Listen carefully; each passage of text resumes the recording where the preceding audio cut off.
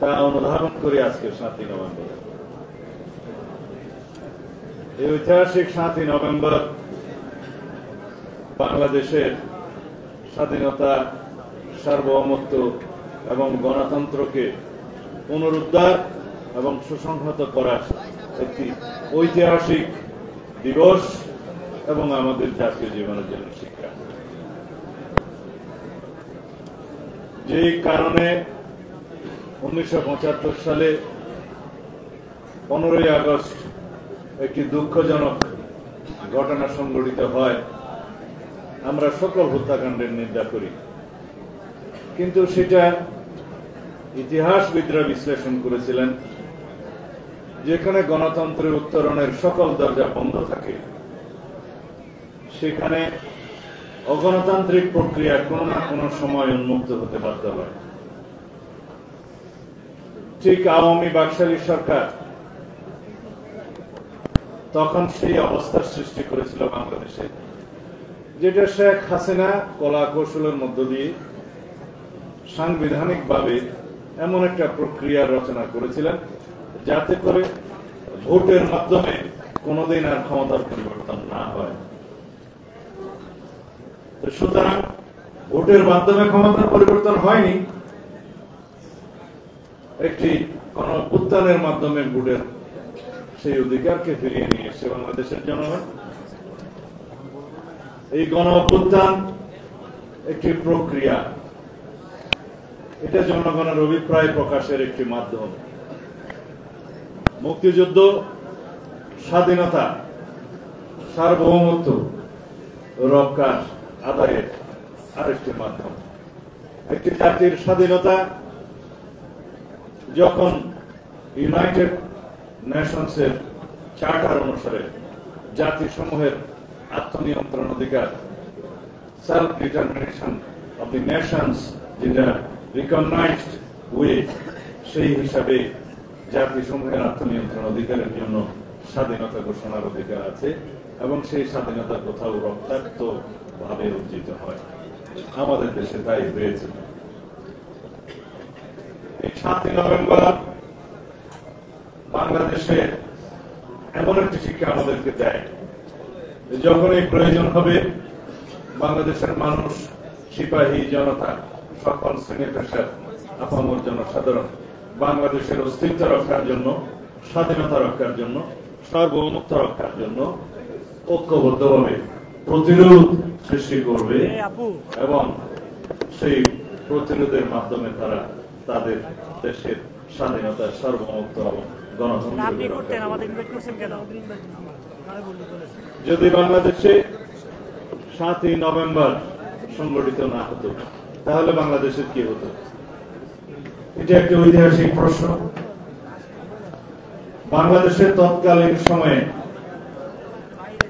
সাংবিধানিকভাবে মাত্র 13 মিনিটের মাথায় একটি অভ্যুত্থান সৃষ্টি হয়, সাংবিধানিক অভ্যুত্থান সংগঠিত হয়, যার নেতৃত্বে ছিলেন তৎকালীন স্বঘোষিত রাষ্ট্রপতি শেখ মুজিবুর রহমান। আমি স্বঘোষিত এই জন্যই বললাম, বাকশালের যে সংশোধনী, তার মধ্যে তিনি নিজেকে নিজে রাষ্ট্রপতি ঘোষণা করলেন, বললেন যে মুহূর্ত থেকে তিনি শপথ নেবেন সেই আইন পাশের পরবর্তী সময়ে তিনি রাষ্ট্রপতি হিসেবে গণ্য হবেন, এজ ইফ এই সংবিধানের বিধান অনুসারে তিনি নির্বাচিত হয়েছেন। যারা পড়াশোনা করে তাদেরকে বলবো 4th সংশোধনী পড়ে দেখো। ওইখানে রাষ্ট্রপতির বিধান মানে প্রধানমন্ত্রীর শাসন, সংসদীয় পদ্ধতির পরিবর্তে যে রাষ্ট্রপতি শাসিত সরকারের প্রবর্তন করা হলো, তাতেও লেখা ছিল যে সরাসরি ভোটে রাষ্ট্রপতি নির্বাচিত হবে, অথচ তিনি সেই সংবিধান সংশোধনের পরে সরাসরি তার নির্বাচিত হন নাই।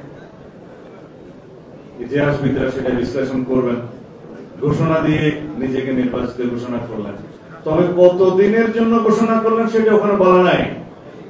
সংবিধান সংশোধনীতে বলা ছিল 5 বছর টাইম, মানে মেয়াদ নির্ধারিত রাষ্ট্রপতির জন্য, সেই জন্য আমরা ধরে নিতে পারি 5 বছর। এবং একই সংসদে দাঁড়িয়ে তিনি ঘোষণা করলেন বর্তমান পার্লামেন্ট আরো একবার নির্বাচিত হইয়াছে বলিয়া ধরিয়া লইয়া হইবে, ধরিয়া নেওয়া হইবে, মানে আরো 5 বছর। তখন এই স্বঘোষিত রাষ্ট্রপতি শেখ মুজিবুর রহমান আরো কিছু বিধান সেখানে সংযোজিত করলেন। বললেন এই দেশের সবাইকে একটি মাত্র দল করতে হবে, সবাইকে এই দলে যোগদান করতে হবে, রাষ্ট্রপতি থেকে শুরু করে তুর্ষ সরকারি কর্মচারী পর্যন্ত সবাইকে। হলো তাই, এবং বাকশালের সদস্য না হলে কেউ সংসদ সদস্য হিসেবে বিবেচিত হবে না। 3 জন মাত্র সংসদ সদস্য ওয়াক আউট করলেন। এটা ইতিহাস, এগুলো বিশ্লেষণ করা দরকার। আর কি ছিল সেই সংবিধানে, সংশোধিত সংবিধানে? ছিল বাংলাদেশে মাত্র 4টি পত্রিকা থাকবে, কোন গণমাধ্যম থাকবে না। আর কি ছিল? বিচার বিভাগের প্রধান বিচারপতি থেকে শুরু করে সবাই প্রশাসন অনুশাসন বিভাগের অন্তর্ভুক্ত, অধীনস্থ হল। রাষ্ট্রপতি চাইলে যে কাউকে অসদাচরণ এবং ইত্যাদির অভিযোগে যে কোনো সময় বরখাস্ত করতে পারবে, অর্থাৎ সম্পূর্ণ বিচার বিভাগকে শাসন বিভাগের, এক্সিকিউটিভের, অন্য কথায় রাষ্ট্রপতির অধীনস্থ করা হল। সেই সাংবিধানিকতায় যে বাস্তবতাগুলো আরো ফুটে উঠছিল, যে আমরা জানি প্রশাসনের সর্বস্তরে নির্বাচিত প্রতিনিধিদের মধ্য দিয়ে রাষ্ট্র পরিচালিত হবে, সেই বিধানটা ছিল সম্ভবত সংবিধানের তৎকালীন 11 অনুচ্ছেদে হবে। বিলুপ্ত করে দেওয়া হবে যে কোন নির্বাচিত প্রতিনিধি থাকবে না প্রশাসনের কোন স্তরে। এটা হলো আওয়ামী গণতন্ত্রের নমুনা, যেটা বিগত সময় শেখ হাসিনা একটি ভোটের প্রহসনের মধ্য দিয়ে সবসময় করে থাকতেন। কারণ তারা কখনো নির্বাচিত ধারণার সাথে, জনপ্রতিনিধিদের সাথে মানসিকভাবে কখনো একমত ছিলেন। আমি এই জন্য প্রায় সময় বলি যে আওয়ামী লীগের জন্ম থেকে শেষ পর্যন্ত তাদের রক্তে, চেতনায়, ডিএনএতে গণতন্ত্রের বীজ নাই। সেটা শেখ মুজিবুর রহমান নিজে প্রমাণ করে গিয়েছেন, তার কন্যা তো আরো শক্তভাবে প্রমাণ করে গিয়েছেন। পরিণতি যা হবার তাই, যেখানে গণতান্ত্রিক পদ্ধতিতে সরকার পরিবর্তনের কোন অধিকার থাকে না, বন্ধ করে দেওয়া হয়, সেখানে গণতান্ত্রিক প্রক্রিয়াগুলো উৎসাহিত হয়। সেটা দেখা যায় পৃথিবীর বিভিন্ন দেশে। তবে একটা চমৎকার তথ্য, সবাই যারা ইতিহাস চর্চা করে তাদের জন্য বলি, শেখ মুজিবুর রহমান নিজে নিজে স্বঘোষিত রাষ্ট্রপতি ঘোষণা দিয়েই ক্ষান্ত থাকেননি। যে 15 আগস্টে যে রক্তাক্ত একটি ঘটনা সংঘটিত হল, তিনি নিহত হলেন, সেদিন ঢাকা বিশ্ববিদ্যালয়ে একটি অনুষ্ঠান হওয়ার কথা ছিল সকালবেলা।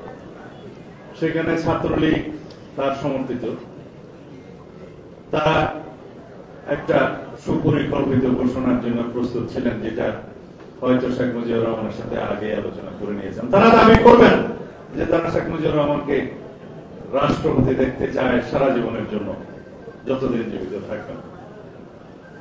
তা আল্লাহ তাআলা মঞ্জুর করেননি। সেদিন সকালবেলা যদি তিনি, যারা এখানে ছাত্র বন্ধুরা উপস্থিত আছে, যারা ভবিষ্যতে রাষ্ট্র পরিচালনার দায়িত্ব নেবে, আমরা তো পাসিং আউট, তোমাদের হাতেই রাষ্ট্র পরিচালিত হবে, এখান থেকে নেতৃত্ব উঠে আসতে হবে, তাদের এই সমস্ত জিনিসগুলো জানার দরকার এবং স্টাডি করার দরকার।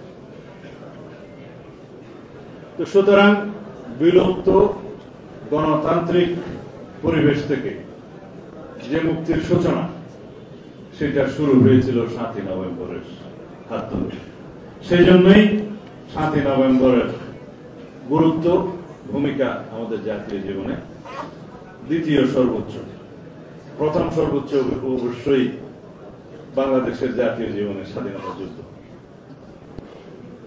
এখানে শহীদ রাষ্ট্রপতি জিয়া রহমানের প্রায়োগিক জীবনের শুরু। বাংলাদেশের স্বাধীনতা ঘোষণা নিয়ে একটু আগে রাখি বক্তৃতা দিলাম। সবার উদ্দেশ্যে বলছি, আজকে একটি ঐতিহাসিক সত্য ঘটনা আমি এখানে উন্মোচন করে যাব।